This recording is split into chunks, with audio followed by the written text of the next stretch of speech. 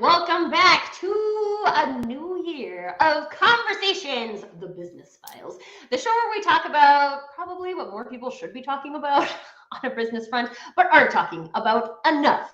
And I'm really excited for this one. So Vanessa and I, we went back and forth a bit. This is the first show of the year. What are we going to do to make this impactful? And there's always the new year, new you, and blah, blah, blah, blah, blah. But one of the things that had come up for me, which is what we're basing our episode on today, is that there's a lot of talk, and there still is, as much as people I think have kind of moved away from the resolution setting thing, there's still a lot of talk about it, right? There's still a lot of talk about setting New Year's resolutions. And it made me think about my corporate life and whether or not we ever set a new resolution or even talked about the intention of our actions and what we're trying to accomplish in a year. And mostly, I feel like maybe it was a little bit in the conversation, but it was very much glossed over. And so what we're here to talk about today is, what does it look like to set intentional business goals? I'm really excited to dive into what intention looks like or can look like. But before we get too far into the conversation, a couple reminders. This, while it may look like is a conversation just between Vanessa and Tracy, it's not just a conversation for Vanessa and Tracy. It's a conversation for all of us. So if you're joining us live, please get in the comments, share your thoughts and questions and perspectives and experiences, all of the things that come up for you when it comes to intentional business goal setting. And ask your questions, especially if you're like, oh yeah, we've kicked off the new year and it's mostly the same things that we've always done that maybe have worked, maybe haven't worked. Let's get that into the conversation, because the point of these conversations is to make it valuable for the listeners. And when we can create the content based on the questions that everybody has, we do a better job of answering questions for everybody. Secondly, we should probably learn a little bit more about Vanessa before we get too deep into the conversation. So Vanessa, can you tell us a little bit more about who you are and what you are up to in the world? Oh, absolutely. Happy to. Thank you, Tracy. So my name is Vanessa Khan. I am a solopreneur. I am the founder and president of a company called VK Inc., which originally really went along my business analysis experience. So a lot of it is a lot of IT project implementation driven type of work.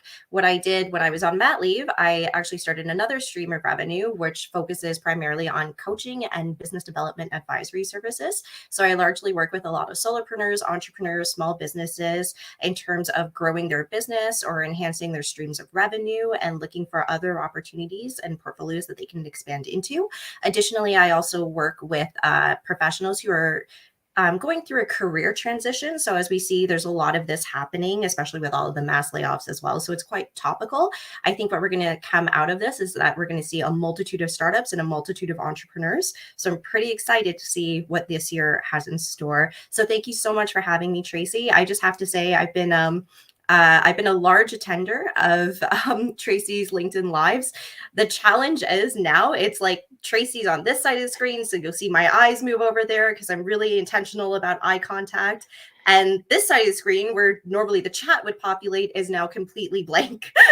So I'm really relying on Tracy to bring this to the forefront. This is a completely different experience, like truly behind the scenes. Behind the scenes. And this is the fun thing, because one of my favorite overarching principles that happens throughout the show is that there's a lot of overlap between all of the different things that we've talked about. There's a lot of, at the essence, human principles, right? And so one of the things that we're talking about goal setting today. And I'm really interested because you've got all of these different kind of fingers on the pulse, different pulses, different people doing different things, Vanessa. And when let's start it from the perspective of people who have moved out of a corporate work environment into the entrepreneurial arena, because we have seen a huge shift in that in the last 2 years for sure. And one of the things I experienced when I did that is I like to call it corporate trauma now, which isn't necessarily like aggressive trauma. Sometimes it really can be aggressive trauma. But what I mean by that is that there's like a set of things I knew because of how I participated in the corporate work environment. And a lot of the reasons I left corporate was because of how, because of those things. But those are also the only things that I know. So then coming into a new space, you still have all of that quote unquote trauma that is driving how you do things. And one of the things, and maybe it's especially in marketing, but maybe not. My background is marketing, so I know for sure it happened to me in the marketing arena. But there's a lot of doing and not a lot of intentionality behind everything. And it starts to become a pattern. And that, I think, especially for entrepreneurs, is a very dangerous pattern, because usually you become an entrepreneur because you're a parent or you're trying to avoid working 100-hour work weeks, and you're not trying to like work all the time. You're trying to create some kind of life balance. And when you're bringing in that trauma, you're doing all of these things that without that original intention behind them, then you can spend a lot of time doing things that aren't meaningful. So from your perspectives, and any perspectives that you have, Vanessa, I'd love to hear you share the difference between doing things with intention and doing things. Absolutely. And I think that you hit the nail on the head with that. And that's one of the things that I also chat with my clients about as well, too. It's about busy versus productivity. So one of the things that came up with the client that I'm working with is that, should we have one-on-one meetings? Should we have one-on-one per project manager? Should we have one-on-one per project? And it's one of those things where it's like, why don't we just do Scrum meetings? Like, this way we all know what each other's doing, what we're all working on. It breaks down the silos, because when you have more silos, you have a bigger risk to the project in terms of time management and how many times somebody reaches out to their stakeholder to communicate the same message. So it's really good to be aligned within the team and help break down those silos. You mentioned another good topic there, Tracy, which is trauma. Any type of trauma that somebody embraces, whether it's personal, or there's certainly a lot of work trauma, whether or not you go through a layoff as well. Like, I've been through a layoff back in 2015, and that's how I was able to build this company, which I'm very grateful for. You know, hindsight is 2020. Couldn't see it back then, as I was like picking myself off the floor. But at the same time, any sort of trauma that you go through, there has to be some sort of reconciliation that takes place within yourself. So understanding how to move forward is going to be a key piece of that growth. And trauma could be a poor corporate culture. It could be just an individual who's just a terrible person to work with. There's different ways in terms of moving about that. I think you came across the solopreneur in a way that was very much on your own terms when you left, whereas other people likely have been forced. But to your point as well, yes, you grab a lot of the skills that you learn in your corporate setting, and you can take it and then monetize these skills and continue your own career growth. My challenge was, as an employee, I very much relied on my company to tell me who I needed to be, where I needed to grow. So it became, as a business analyst, you could be into project management, or you could be into UX or UI, which is very loosely considered, because there is some code that's involved there, and that's not a good thing to usually throw at many business analysts. But those were the options that were ahead of me. And what I found was truly empowering when I was laid off was taking this growth and just figuring out who I was. And then your resiliency quotient goes up, your emotional quotient goes up, like your EQ, everything. And then what you realize is that networking is the key to business, is the key to your soul, really, because how else would I have found you, Tracy? Like, it was through my own growth and journey. And I'm pretty sure many people can relate to that. So even if you are an employee, definitely great to have those corporate goal settings and have the corporation really kind of see where it fits in terms of your career trajectory. But I very much will tell people, and we talked about setting intentions.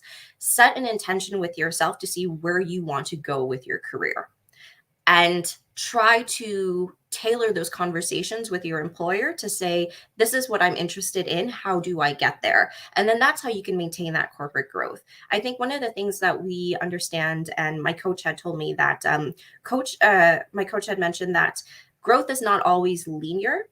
She has met somebody whose path was more like a quilt. And I love that. Just different patches, different stitching, different patterns. And that's what made up people. And I think that's usually what makes up many people, because we're all very multifaceted. Not sure if that answered your question. Well, there's so many other things that are in there too. I mean, this is the point, right? This is how we explore. One of my favorite things about this show is that I believe it's a good example of exploring through conversation, right? There's not the types of questions, the types of topics that we talk about in these shows. It's not like there's not one answer, right? I'm not going to ask one question and there's a right answer. This is an opportunity for us to explore and learn, and we'll even ask these questions, because I know for me, the question about intentional goal setting individually for me never came up in my corporate work environment, right? Like, what does Tracy want was never part of the conversation. And I didn't actually think that was a bad thing. I didn't think it was supposed to be part of the conversation. So it's not like I felt like I was missing out on something. But one of the things that I realize now is that, what if, right? Like, what if we had been able to have a conversation about what felt good for me? Yep. I've used this example on the show a couple of times before, but when I was in a leadership position, right? So my boss had said to me, you need to get better at negotiation. And it was always interesting for me, because like I would take these negotiation courses and there's tactics, right? And I'm pretty good at all of these things. But every time I would get into a business negotiation, my boss would think that I hadn't negotiated hard enough. So I needed more training. And I'd get training and I would get training, and she started training me individually on how to negotiate. And what I realized after I left that environment, because I think one of the things we lack in a corporate work environment is the space to just explore these types of things. But one of the things I realized is that we don't negotiate the same way, right? The way that she negotiates is to go for the win, right? To say, like, I negotiated as much as I could negotiate out of these people. What I go for is a different definition of win, which is, you gave me this budget and they have this product. I think it's well valued. It fits within my budget, and therefore I accept, right? And if I think it's not a fair value trade, then I will negotiate. I will negotiate with I've negotiated with lots of people who are like, this is what it costs. I'm like, no, there's no way I'm going to pay that, right? Like, I don't appreciate the value exchange. But if I think the value exchange is fair, then I'm done, right? Like, I don't feel good about negotiating more, because then I feel like I win and they lose, and I don't feel exactly. Good and they don't feel good about it either. Right. And so like, this is part of my personal brand, right? Like, that's something that I will never be good at, because it doesn't feel good for me. And what if part of the conversation had been, what feels bad about this, right? Like, because I think getting to the place where you can actually set intelligent intentions for yourself and for the business at large, because the business at large is operating on micro intentions of all of the individual people who work there. If you're going to do that, you need to know these types of things, right? You can't just say, like, my experience was that I was a senior vice president by the time I was 36. And then I was like, awesome, this is supposed to be everything I ever wanted, right? And like, I don't feel like this is anything that I want. And then you have to kind of start from scratch and be like, well, crap, what do I actually want? And figure out more of the things you don't want until you get to the point, the things that you do want.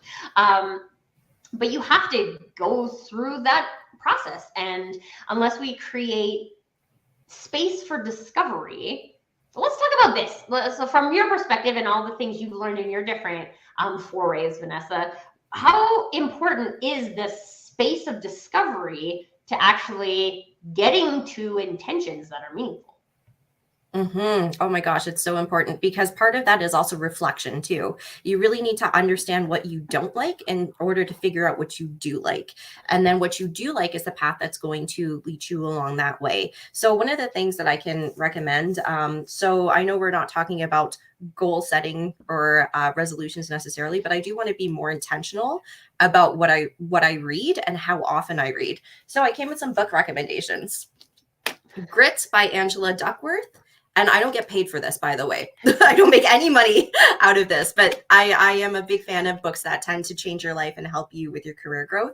Grit is excellent because it talks about your interest. What are you interested in? And when you figure out what your interest is, that's where you're going to really apply effort and hard work. And that's when you're going to grow. Another side of that, Tracy, is that you really hit the nail on the head there when you were talking about you're an SVP, right? Why are you feeling, you've made it, you should be happy kind of thing. Part of that too is that your career growth might not necessarily be connected to your fulfillment. So these two are often the same. What you'll see is a lot of people when they do climb up that corporate ladder and they are enjoying it, that only hits one part of who they are as a person. The other cups then also need to be filled. So you'll see them reaching out and volunteering or building those networks or saying, hey, how can I help you? And even if it's simple as going out for coffee with somebody and networking with them, that's another way that can really fill their cup. So I would think that discovery session is really important to really identify what those cups are. For example, as I mentioned, I enjoy reading. I enjoy karaoke too. Like I love singing. I enjoy appearing on these types of shows like webcasts or podcasts. I enjoy blogging and writing and connecting with people. So these are all cups that I have distinguished. And these are all things that I work towards in terms of keeping them full or how to fill them up. And then that then helps me to become a happier, more grateful, whole person. And that's where that space for discovery and reflection is really key to understand what those cups are and what you need to do and the gratitude that comes with it as well. Yeah, I think I have a weird relationship with the word gratitude for whatever reason, but one of the things I always, I'm sure that's for another episode to explore. But one of the things for me that it always comes back to is this concept of celebrating, right? And so like I equate the two, right? To me, I celebrate the things that are meaningful to me. Yes. And you can see that as gratitude. I think, anyway, that's my interpretation of it. And when we celebrate the things that are meaningful, then we have an opportunity to like remind ourselves that these are the things that are fulfilling. And I look at this, I mean, it's really interesting for me. One of our mutual friends, Lindsay Harlkadas, does a podcast called Businesses Are People Too. And one of the things that always makes me think is that like businesses and the way they function, the way they operate are based on people, right? The humans dictate these things. And so when we take away too much of the like humanness from the function of a company, we create a disconnect between the humans and the company, right? And so if we're looking at this from a perspective like celebrating the things that are meaningful, right? And things that fill your cup are speaking opportunities and writing opportunities and networking opportunities. And in the work environment, you don't get to do any of those things. You get to sit at your desk and check tasks and all of those things. It's a lot less meaningful when you're like, hey, we hit the timeline, right? Like, it's not bad, right? But it's just not really meaningful to you because you didn't get to fill up your cups. And I think this is, I mean, in the last year specifically, there's been so much conversation about quiet quitting and all of these things. People just like come and they do the minimum viable. And the problem is we've created an environment where that's all that's allowed, really, right? Like, because we haven't been having conversations and getting curious from a leadership perspective of like, what is it that makes these people tick, right? Like, could this person be a lot more productive? I had a marketing coordinator once, and I was so proud of him, very young, like just right out of university. And he was like, I need like a certain amount of time in the day to read because it's the thing that like kickstarts my brain coming up with ideas. And I'm like, well, you're the marketing coordinator and you're part of your job is to like think of creative things. So yeah, that makes sense, right? And we created, and I was like, I can't promise I can do that for you all the time because we have like a team meeting or whatever. Like I can't promise I always do that, but I can promise that now that I know that, I can create space for that. Yes. And it, like, this is why I love this the concept of the show, which is conversations, right? Because without the conversation and without the like courage to bring it up, the space cannot be created, right? Yes. There's just like too much. There's too much to do. There's too much routine, right? There's just enough to fill the day. And then again, you get the people who are like, well, I'll just do what I need to do, and then I'll go home and find passion, right? But what if we could get curious about these things? And the reason why I titled the show the way that I did is because I wanted to create this connection between what does it feel like to achieve an intentional goal versus like what does it feel like to achieve a thing, right? Yes. Again, I'll use an example from my background, which is marketing. Like every month it would be like, okay, we're going to write 4 blog posts. And every month we would write 4 blog posts. And it was completely, I mean, I like writing blog posts. So for me, it was actually great in terms of like doing an activity that felt fun for me. But besides that, it didn't contribute to anything, right? It's not like we made more money or got more visibility or anything because we had these blog posts. Mostly it was internal people who would read the blog posts, or maybe clients, right? If you were lucky. But nobody knew, right? And this is marketing. I'm supposed to be getting out in front, new people's eyes, right? So it never felt meaningful. It felt more meaningful to do the activity than the goal, right? Like hitting this goal is actually mostly meaningless.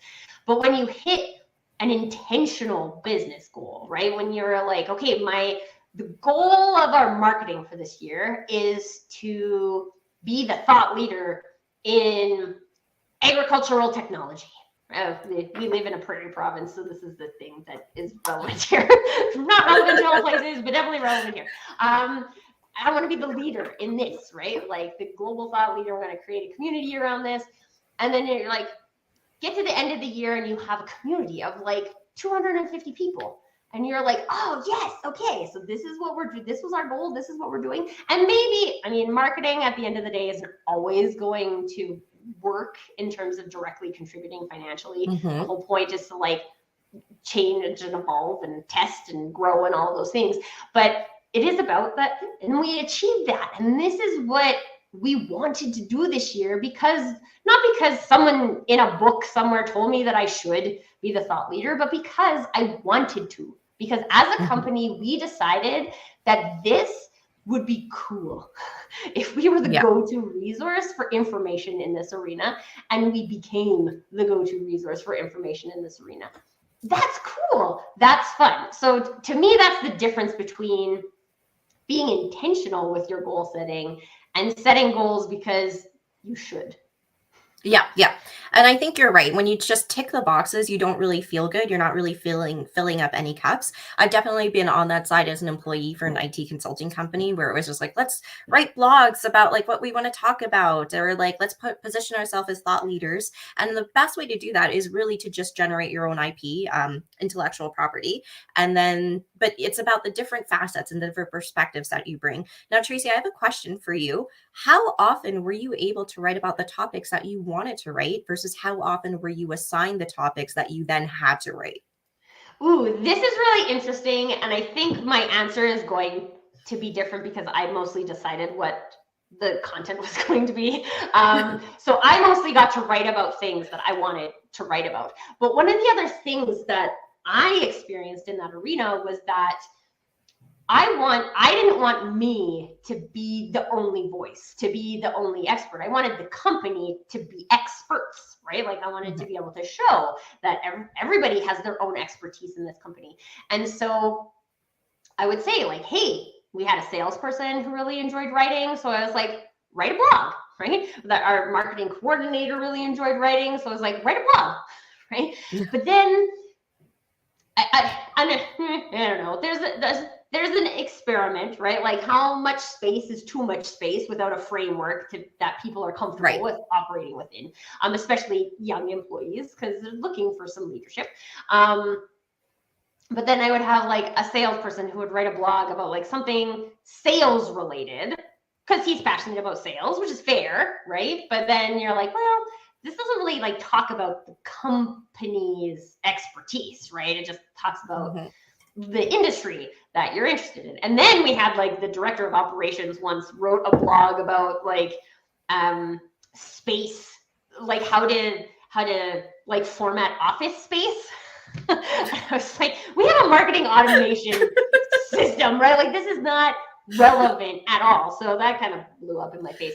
But for me, it was always about like, I also learned this when I was in Toastmasters. So I started taking Toastmasters when I was in university, because quite honestly, my boyfriend at the time was taking it and he needed somebody to be treasurer. So I was like, sure, I can do that. But one of the things I saw so often was that people would speak about things they knew nothing about. And I was like, well, no wonder there's so much pressure to memorize your speech. You actually don't know anything about the topic you're talking about. So I'm just going to talk about things I know. I talked about my disaster of a climb up Mount Fuji, which at some point I'll have to talk about on this show because I mentioned it a whole bunch of times. I did a speech on how to make balloon animals.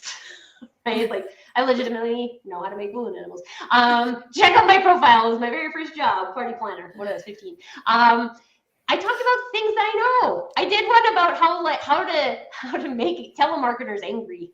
It was all about like ways to keep them on the phone because they're trying to like get through calls. And people thought it was hilarious, but like I picked it because I worked for a company that did telemarketing. Right? I knew the things people did to me, so I did a speech about it, and people thought it was hilarious.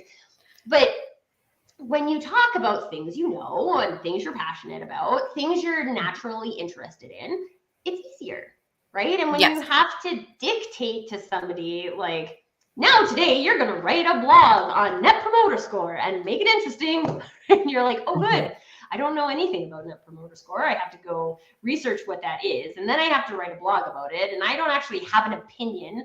I think this was the thing for me, is like, to me, a blog in particular is about an opinion. Right? Like this is my absolutely opinion, right? Like I'm not here to pretend that this is the truth for all people. This is my opinion based on my experience, based on my knowledge. Quite honestly, what we're talking about in the show today is the same thing, right? It's based on our experience, based on our knowledge.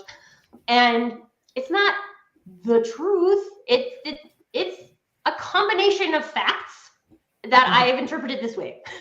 And there's just so little, and I think this is a problem. Now I'm off on a tangent as well. A problem that I think exists in just like content creation is that like, I'm not here to just like create content that is blah and meaningless and like not interesting, right? Not that doesn't allow people to connect. This is exactly. This is a tie back to intention, right? Because like, what are you doing these things for? Why am I writing a blog? Now I write blogs because I have things to say and I want to say them, right? And if people read them, awesome. And if people don't, that's not why I wrote it. The reason I wrote it is because I have this like combination of thoughts, and one of my best ways to process that is by writing a blog. Exactly. Yeah. And so it comes back to that intentionality of saying like, well, is my blog really a failure because I don't have like 5,000 people following it? No, because that's not the intention of my blog. The intention of my blog is for me to formulate my thoughts so I can talk about them on shows like this, or go on a podcast and have formulated thoughts, right? Like it's an exploration for me. And when you are clear on what the intention is, this is to give my people a voice in the company. The intention, but then I think I will say this was my experience in marketing, is that there's no room for multiple intentions. Right? Or multiple priorities. This is one of my favorite concepts from the book, The One Thing, which I really should get because I talk about it all the time, but I just have it on audiobook. And I listen to it on repeat. But it talks about the concept of priority versus priorities. right? And if you have multiple priorities, especially if you're a company and every single department has a different priority, like how are we ever going to get to one intentional business goal? Well, it's not intentional at that point, right? Because that person is against that person, is against that person, is against that person. And best case scenario, we're going to stay in the same spot.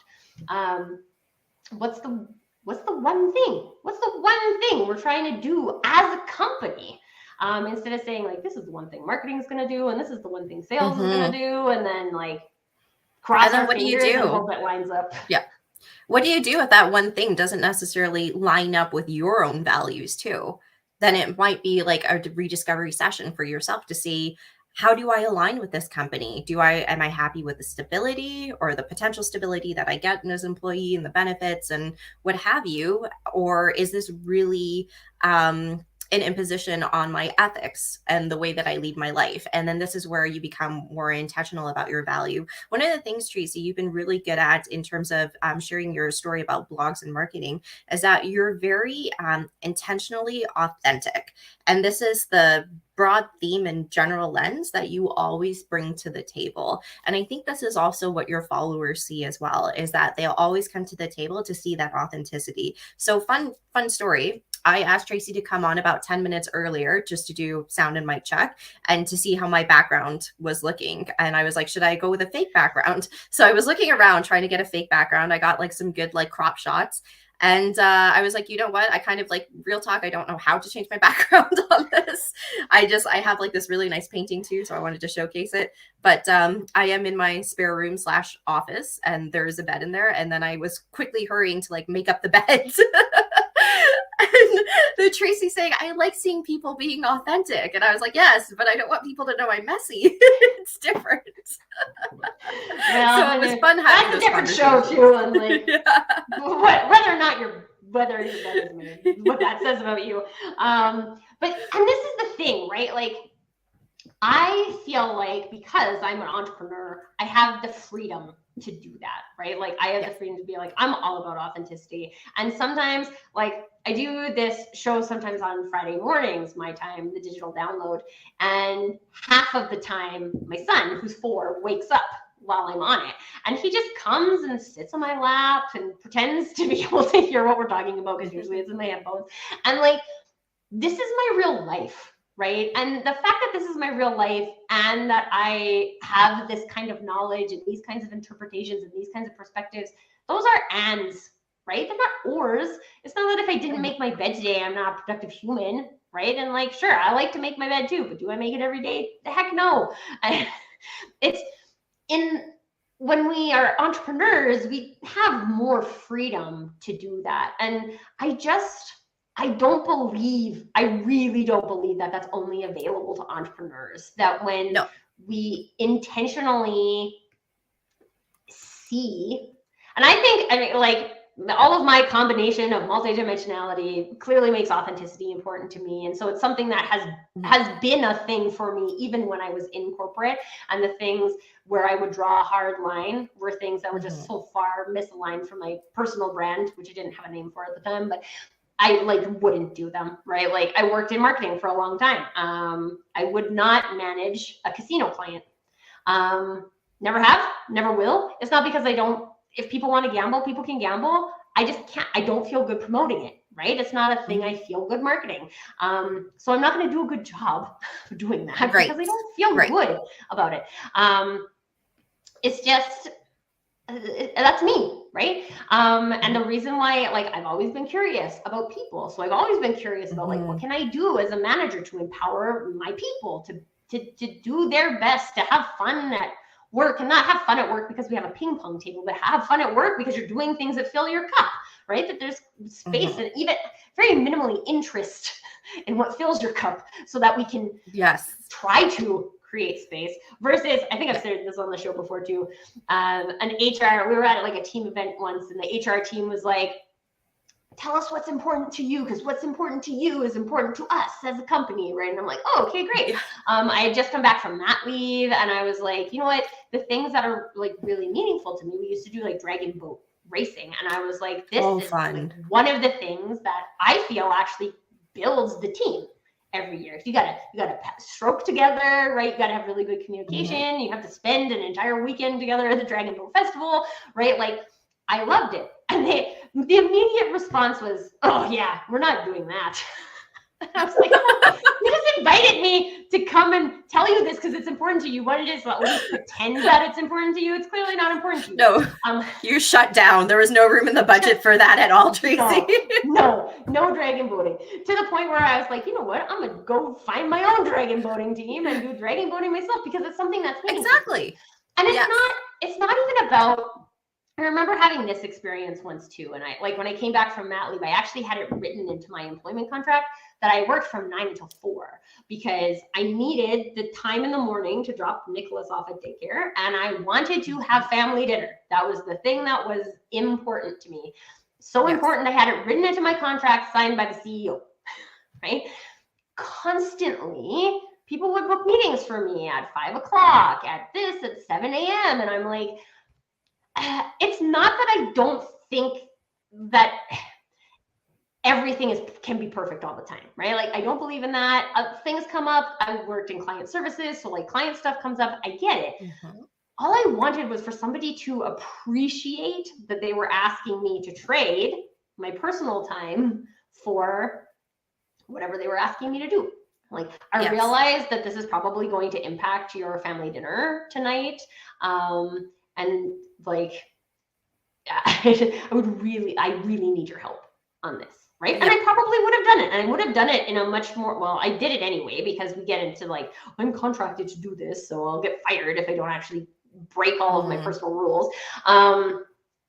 Which again ties back to intentionality, because if we don't know enough about ourselves, then we can't be intentional about the decisions we make for ourselves. And if we can't be intentional that way, the business can't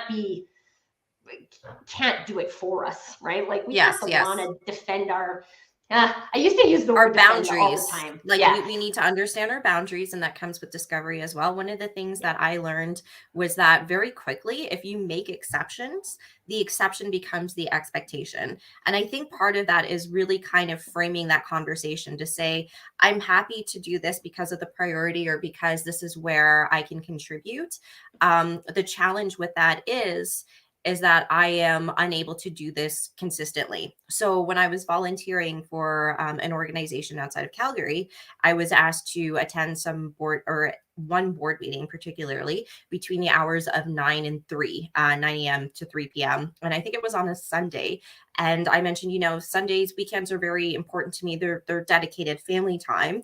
But they said, we really need you to present this, because I created this like roadmap and mind map essentially. And I was like, okay, I understand that. I'll come in, tell me the specific time slots that you need me there. So I managed to narrow that window down to about 2 or 3 hours. And then, which it was like, it's a very fluid conversation. We're just going to say Vanessa's going to come in and speak about this. So, excuse me, I was on for about an hour. Then they introduced me. I came in, I chatted about it. And then they're like, okay, can you drop so that we can get alignment on this? And I was like, yeah, cool, no problem. So dropped. I was happy with that and happy with the outcome. Then the challenge was I got another email for, because I think they met biweekly. I got another email the following week saying, can you be available for this time? And I said, well, you know what, I did it last week. And they're like, well, this is what we need you to do. And I was like, they're like, between the hours of 10 and 12. And I said, okay, like, I'll do this. And then I did it. And then again, it happened. And I said, okay, so the exception that I made is now becoming the expectation.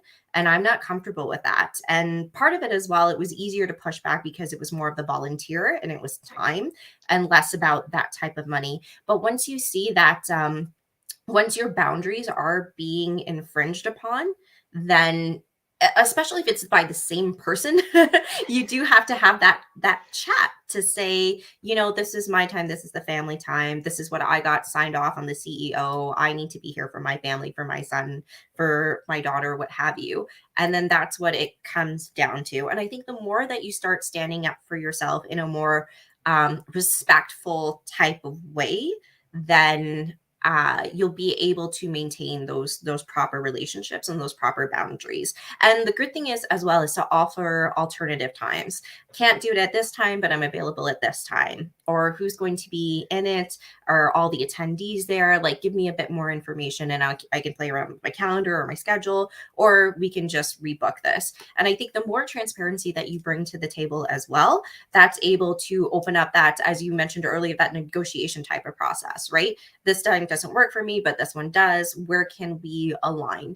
Yeah, and I found it very interesting that you talked about like negotiation and marketing. So I'll have to chat more about that. That's mind blowing to me. Well, there's been mind-blowing things that have happened in my past.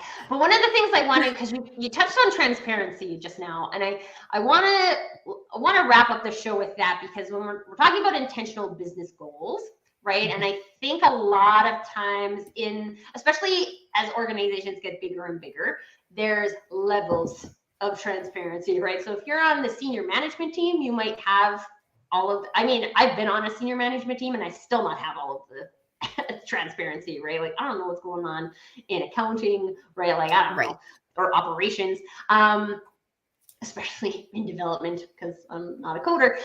But I'd love to hear from your perspective, Vanessa, the relationship that you see between actually reaching meaningful goals and transparency, and dare I say it, trust in the team that is actually going to be responsible for doing things that lead to the goal being accomplished at the end of the day.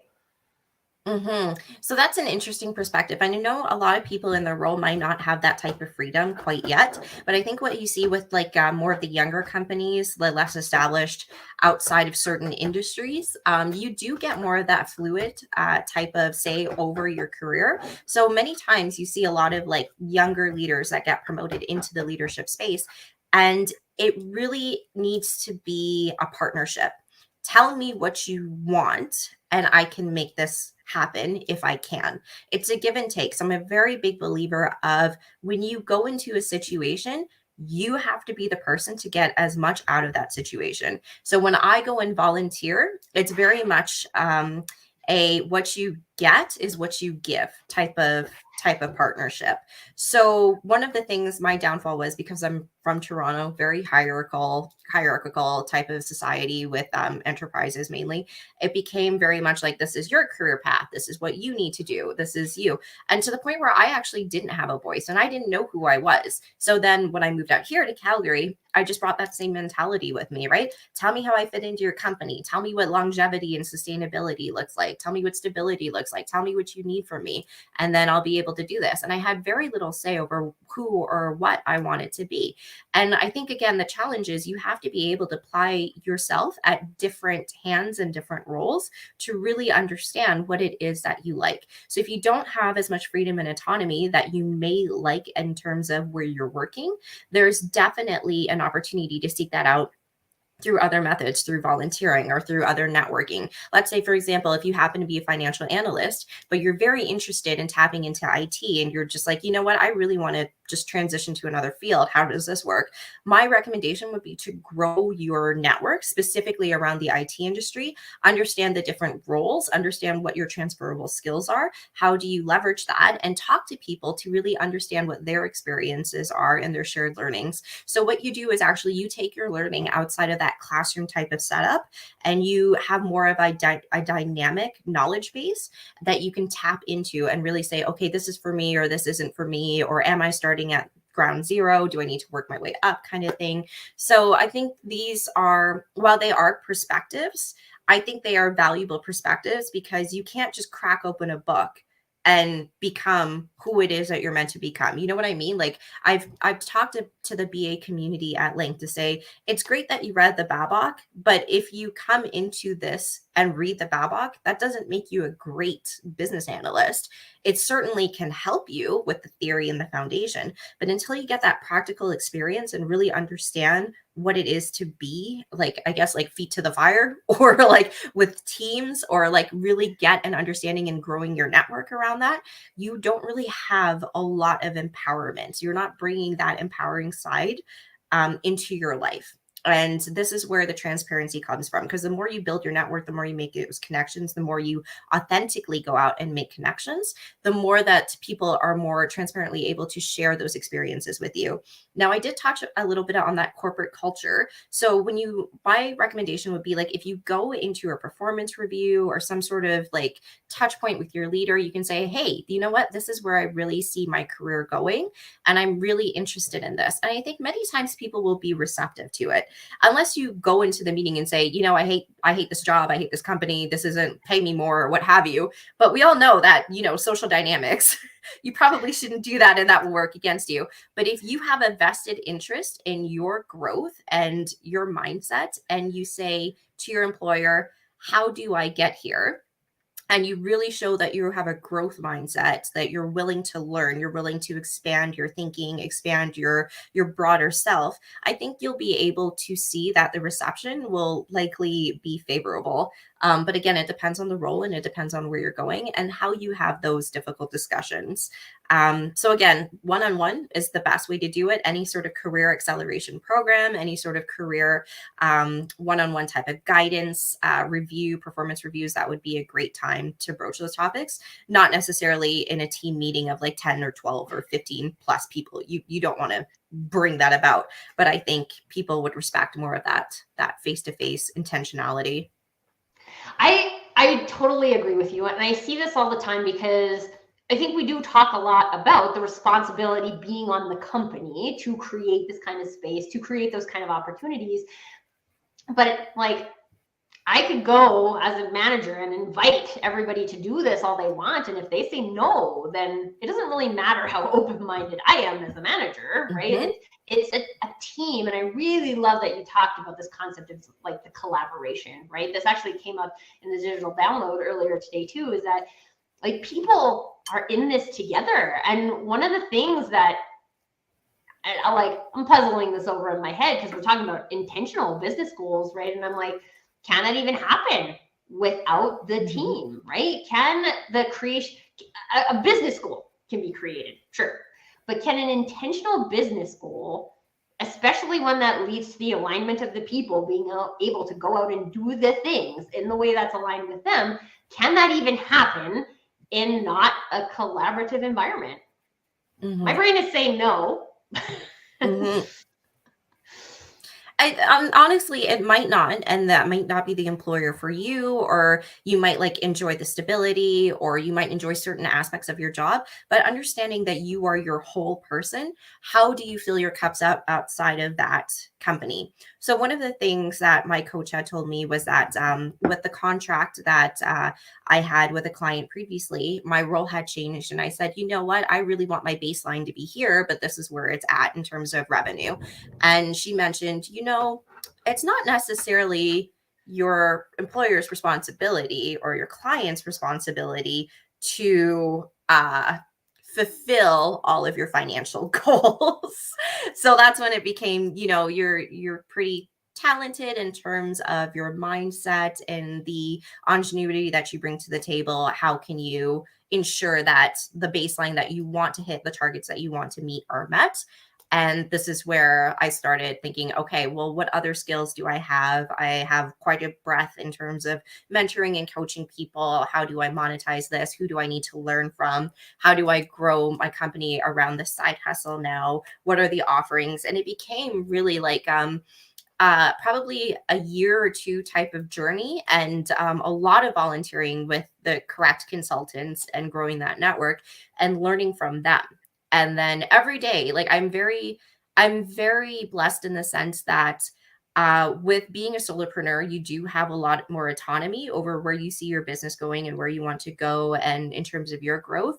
So I do have a lot of say over the company that I have and the clients that I connect with. Um, but again, that's an intentional business goal that I have set for myself. That being said, if there was an employee opportunity that kind of met certain growth parts of me, I might be open to it. But it's not like I would really give up my company. I would just need to be clear in terms of setting those boundaries to say, this is my brand and this is what I bring to the table. And this is the brand that I continue to carry through. And I think it's about being very intentional, setting your boundaries and being transparent and mentioning that. Yeah, and I think that we have a visitor in the background. And sorry, he's homesick today and he's in his jammies. This is real life. That's what we talked about earlier. This is the thing, right? And when we get to the point where we're putting too much pressure on people outside of ourselves, when there's too much pressure on other people outside of ourselves to fill our cups, this is what breaks down personal relationships and like business relationships and all the things, right? At the end of the day, it's us. And if we're not going to be intentional about our lives and what we want, and again, like we don't all know that right now, but intentional about creating the space for us to explore that and discover that and learn what it's not and learn what it is, even in like working environments, right? When I had this moment once. The main floor is cleared. Awesome. Where's Daddy? Maybe he's hiding. This might be a game of hide and seek that has turned into a trick on me. But we need at the end of the day, we need to create that intention for ourselves. We need to create that space in order for us to explore, because this is our life, our learning. And yes, we're participating in a business environment. And yes, I believe that it's valuable for businesses to have intentions in this arena to create the space for the people. But at the end of the day, if the people aren't going to take advantage of the free cookies, then it doesn't really matter that you have free cookies, right? It's the people. And this is why I think too, there's a beautiful connection here that does look at bringing all of the parties back together, right? Like, okay, shh, for a minute. We have singing in the background. You guys might enjoy it. I do enjoy it, except when I'm trying to process stuff. It's a little bit distracting because I'd rather be singing and dancing as well, is the thing. But we need to work together as a team to do these things, right? Like in order for me to fill my cup, I can't just go out and fill. I mean, if you're talking about a literal cup, I can go out and fill it up with water. But like, I don't fill up all of my cups by being just a single person, right? Like by working in a silo. We don't do that in our real life. We don't do that in our business life either. And so if we're going to get to, hey, you need to close the door and give me 7 more minutes. That was my deal. Bye. Love you. If we, like, we're the ones who need to understand what fills our cup and what doesn't fill our cup. We need to bring to the table what are these things that fill our cup. And then when we can get to a place where we have a company of people who are working together in a business sense to fill people's cups, as that also includes your clients' cups and your prospects' cups and their corporate goals cups, which, like, I'm not here to just say, like, and people, I believe in people over profits, but I believe in people and profits, right? I don't believe in businesses being in business to not make money, right? This is the point. Like, and we make money so we can pay the people to do the things that make our business money, right? And so these are all things that go together. And if we're not talking about all of the things, then we're keeping a blind eye to some of the things that are critical if we're going to talk about not just setting business goals, but setting intentional business goals, which intention is about doing something meaningful for the business. So what's something that's meaningful for the business, and how are we going about and doing that as a team so that it's not just meaningful for the business, but also meaningful for the people. And how are you generating value for the business? Like, what do you do that brings the value to the table? And I think that the more you find the value in the work that you produce, the more you'll find that harmony. Part of it as well is what we see with the layoffs too, is that individuals usually keep their identities tied with the company, their employer. And then that's where a lot of that trauma comes from too. So I think it's very important to see yourself, who you are in terms of the corporate initiative, who you are and how you provide value to the business, what the intention is that you set with that business as well. But who are you outside of the business? So I think if you maintain, I'm Vanessa outside with my friends. This is what I do. I enjoy, dinner clubs. I enjoy food. I enjoy reading. You get your interests outside of the club so you don't lose your identity within that company. I think that's really important. I mean, I see that relevant in really all of our relationships, right?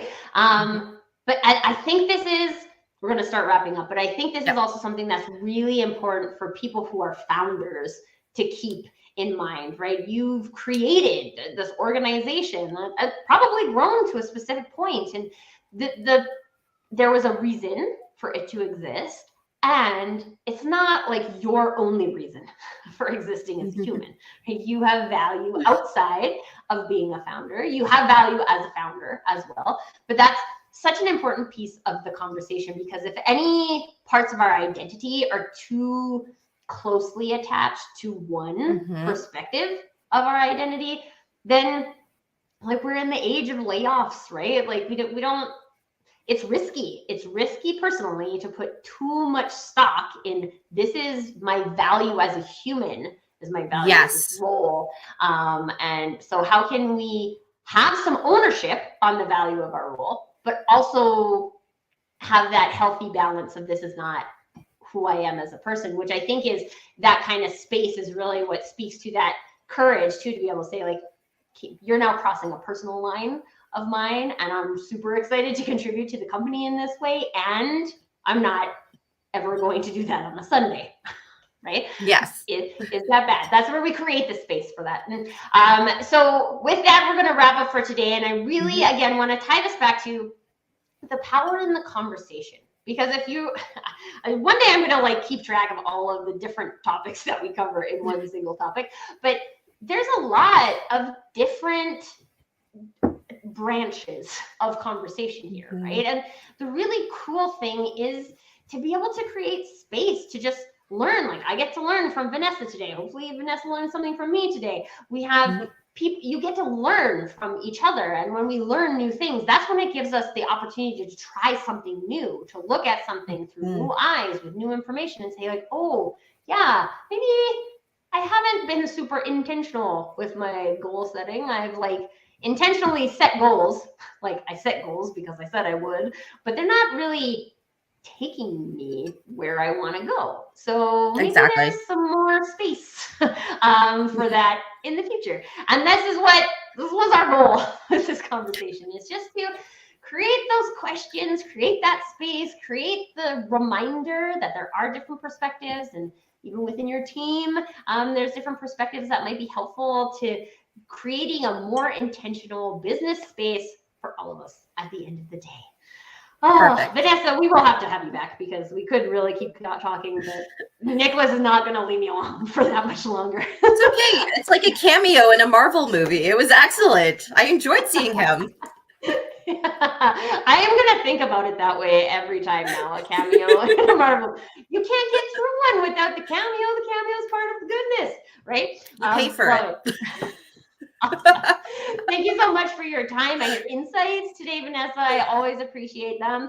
Thank you, Akbar, and thank you, Sold. So I'm just reading people's last names now. That's how far gone I am, you guys. Eric, for joining us in the conversation today. And for all of you who are hiding behind the scenes or who are watching the replay, please, if you're watching the replay,